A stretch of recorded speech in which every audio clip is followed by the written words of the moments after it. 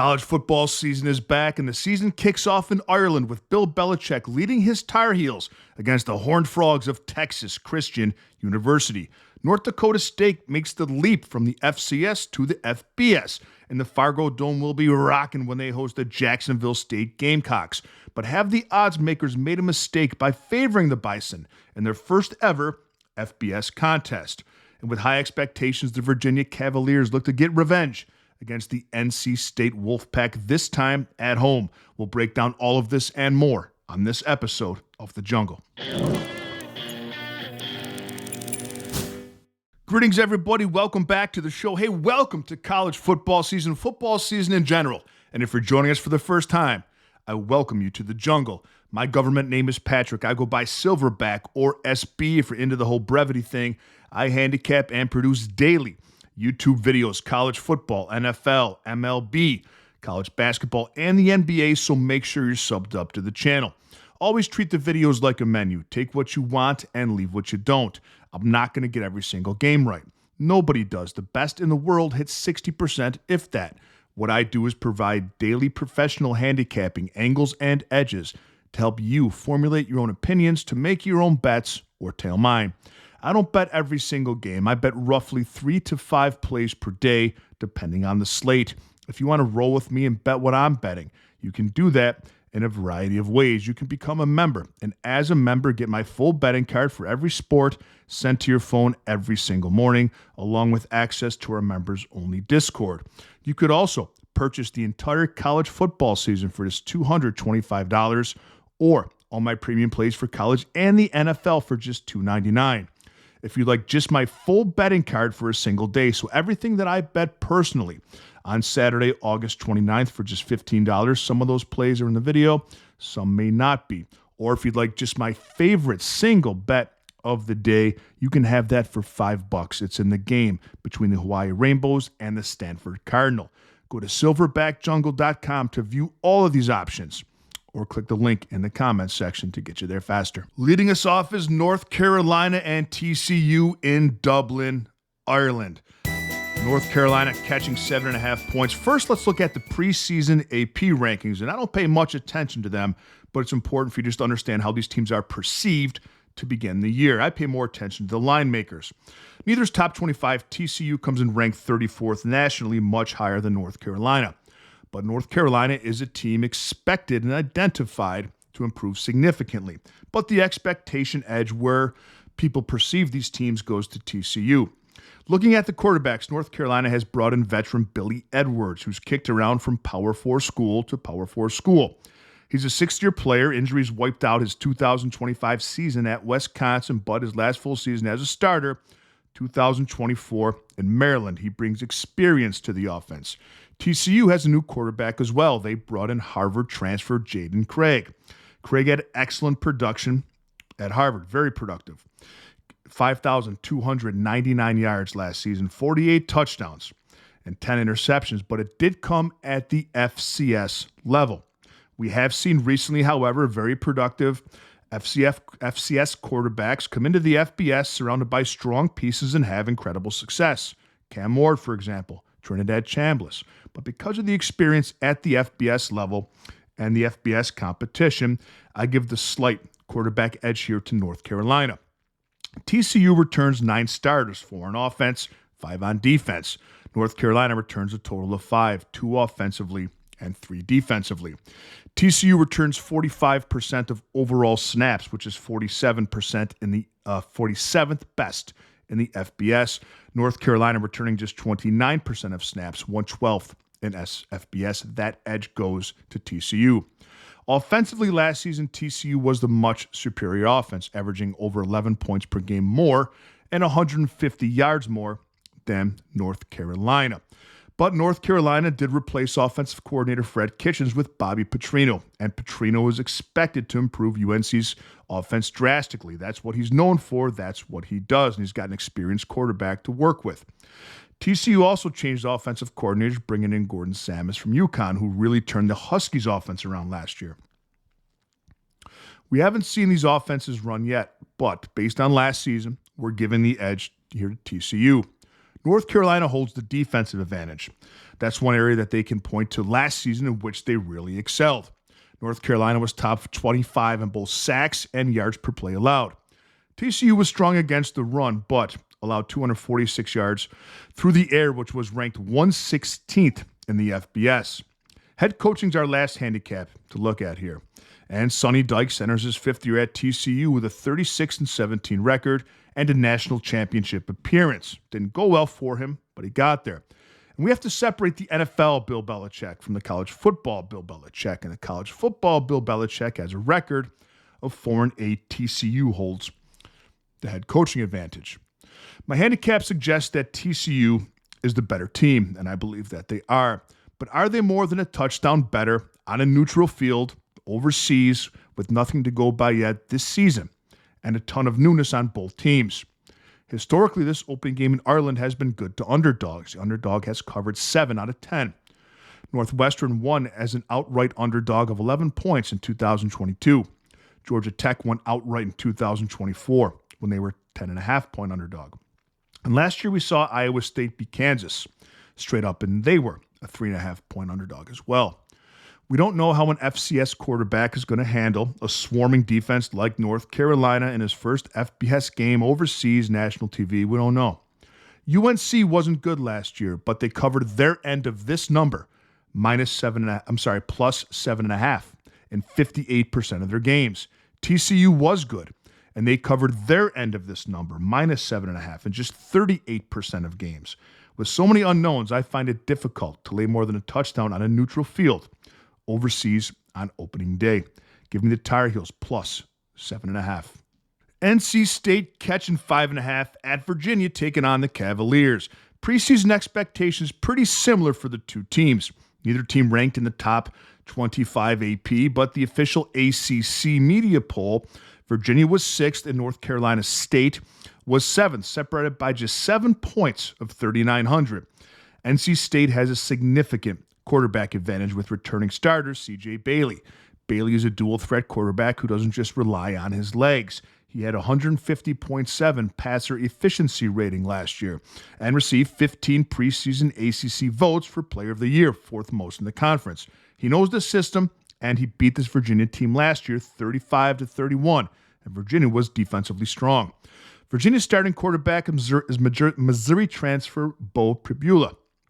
He's also a dual-threat quarterback, but knock on him, he's not as dangerous with his arm in an injury-riddled season. Last year, 11 touchdowns and 7 interceptions, not a good ratio, and he's going to be working in a new system. Both teams have a strong amount of returning starters. NC State has 5 on the offensive side of the ball, 3 on the defensive side of the ball. Virginia has the opposite, 3 on offense and 5 on defense. Overall, offensively, North Carolina State has the edge. They scored 31 points a game last season, gained 422 yards, and they're returning the quarterback, along with 62% of their offensive production. And Bailey gives them a high-level veteran at the most important position, which is something Virginia cannot say. And in week 0, I believe that quarterback continuity carries extra weight. Defensively, Virginia holds the edge. They return 62% of their defensive production. NC State returning just 46% of their defensive production. And that's where the significant edge lies for the Cavaliers. So we've looked at preseason rankings and expectations. We've looked at quarterbacks returning production. We've looked at offense, and we've looked at defense. Our final factor here is head coaching. I will give the slight edge to NC State. Dave Doran enters his 14th season as the NC State coach, and it's winningest coach in program history. NC State has won at least 8 games in 7 of the last 9 seasons and has constantly reached bowl eligibility under Doran. If I were to handicap this game on a neutral field, I would have it as a pick'em. I give 2.5 points to Virginia for home field. So I would handicap this game as a minus 2.5, minus 3. For Virginia, I think 5.5 is too many. Give me the 5.5 with the NC State Wolfpack. Now we got Memphis catching 5.5 points at UNLV. Preseason rankings, these are two teams with pretty high expectations. Preseason polls have UNLV ranked 38th and Memphis 43rd. Looking at the quarterbacks first, UNLV has a strong edge. Auburn transfer Jackson Arnold will be under center for the running Rebs. While he didn't live up to his 5-star recruit in terms of passing at Oklahoma nor at Auburn, He brings experience, he brings dual threat, and he protects the ball, which is important in a Dan Mullen offense. He's also transferring from the SEC to the Mountain West Conference, which is much different competition. The problem with Memphis, quarterback-wise, is they're still uncertain as to who the quarterback is going to be. Some reports lean toward Marcus Stokes, others toward Aaron Noland.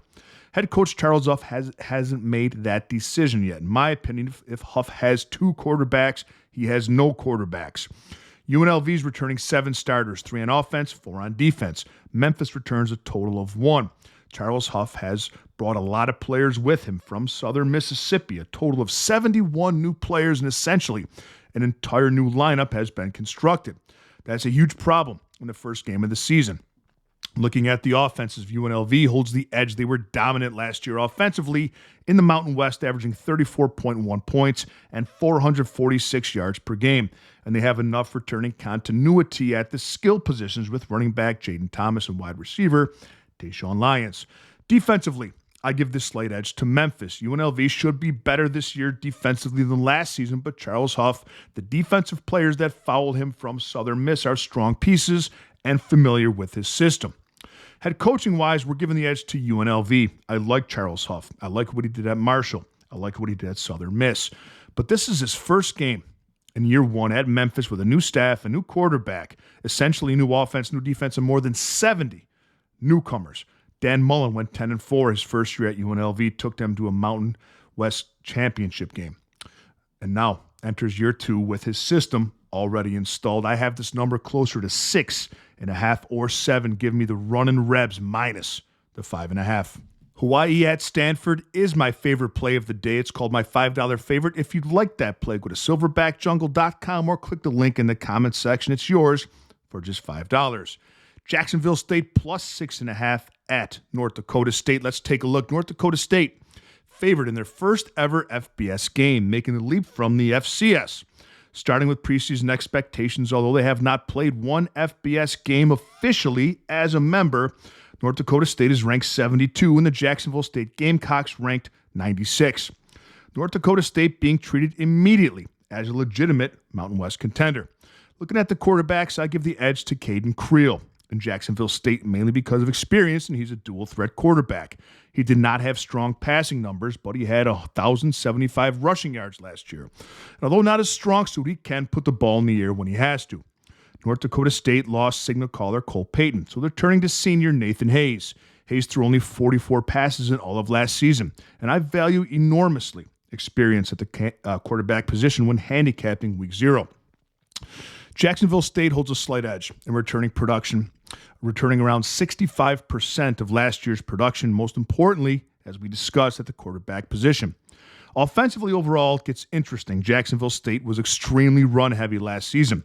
They averaged 246 rush yards per game, but just 162 yards through the air. Although they played in the FCS, North Dakota State averaged 41 points a game, but much more balanced, 213 on the ground, 239 through the air. Because of the balance, I give this slight offensive edge here to the Bison. Looking at the defenses, I give the edge to North Dakota State. Jacksonville State's defense last year was moderate at best. 26 points per game allowed, 379 yards, but their weakness was in the secondary. And that balance of the North Dakota State offense could be a problem. Jacksonville State will have to cover the entire field. Our last point of handicapping is head coaching. Jacksonville State head coach Charles Kelly deserves credit. He went 9-5 last season and 7-1 inside Conference USA. But Tim Pulasic won the 2024 FCS National Championship, and I like his philosophies built around offensive line development, physical football, and overall player development. North Dakota State enters this move into the FBS, having won 10 FCS National Championships and owning a 9-5 overall record when they played FBS opponents. I think they're the better team. They're more balanced, and I think the 12th man will be a big factor in this game. That place will be rocking. Give me the North Dakota State Bison minus 6.5. And the last game we're looking at is New Mexico State catching 31.5 points at Florida State. Preseason rankings have the Seminoles number 35 and New Mexico State number 125. Looking at the quarterbacks, big edge, of course, for Florida State. Ashton Daniels is under center, an experienced transfer who's had 23 career starts between Stanford and Auburn. New Mexico State still does not have a listed starter at quarterback. The competition is still open. And like we said with Memphis, if you have 2 quarterbacks, you have 0. In terms of returning production, Florida State returns 57% of production, New Mexico State 51%. But New Mexico State returns more starters. They return 8 starters to Florida State 6. So we'll give the slight edge there to New Mexico State. Offensively, Florida State, significant advantage, especially if you look at last year's rushing yards. Now, the coaching staff, offensive coaching staff is different. Some of the personnel is same, some different. But Florida State ran for 219 yards compared to New Mexico State's running attack of 73 yards per game last year. And they scored 33 points a game compared to New Mexico's 22, and of course against much stiffer competition. On the defensive side of the ball, another substantial edge for Florida State. New Mexico State allowed 401 yards per game last season, and many of those defensive starters returning, much to their chagrin. Mike Norvell isn't necessarily a coach I'd pick to run my program, and he's under considerable pressure coming into the 2026 season. But compared to New Mexico State's Tony Sanchez directly, he gets the edge. Sanchez enters his 3rd year at New Mexico State with a 7-17 record, and New Mexico State was 1-5 straight up on the road last year. But what about this number of 31.5? It's interesting to note that the line opened at 28.5 and it's been bet up to 31.5. 31 is a key number. So with New Mexico State, we're getting more than a field goal than the opening line the odds makers wanted. And up next, Florida State's at SMU. And as of right now, that game's a pick'em. So if Florida State is up big, and they probably will be, I could see backups coming in the 3rd quarter for the Seminoles, opening the door for a backdoor cover for New Mexico State. And that's how I would play this game. I would take the 31.5 with the New Mexico State Lobos. Have a great day, Jungle Nation. Thank you for all of your support. We do this every single day without fail, so make sure you're subbed up to the channel. Hit that like button if you don't mind. It helps the community grow, and I will see you tomorrow with a little more money in your pocket.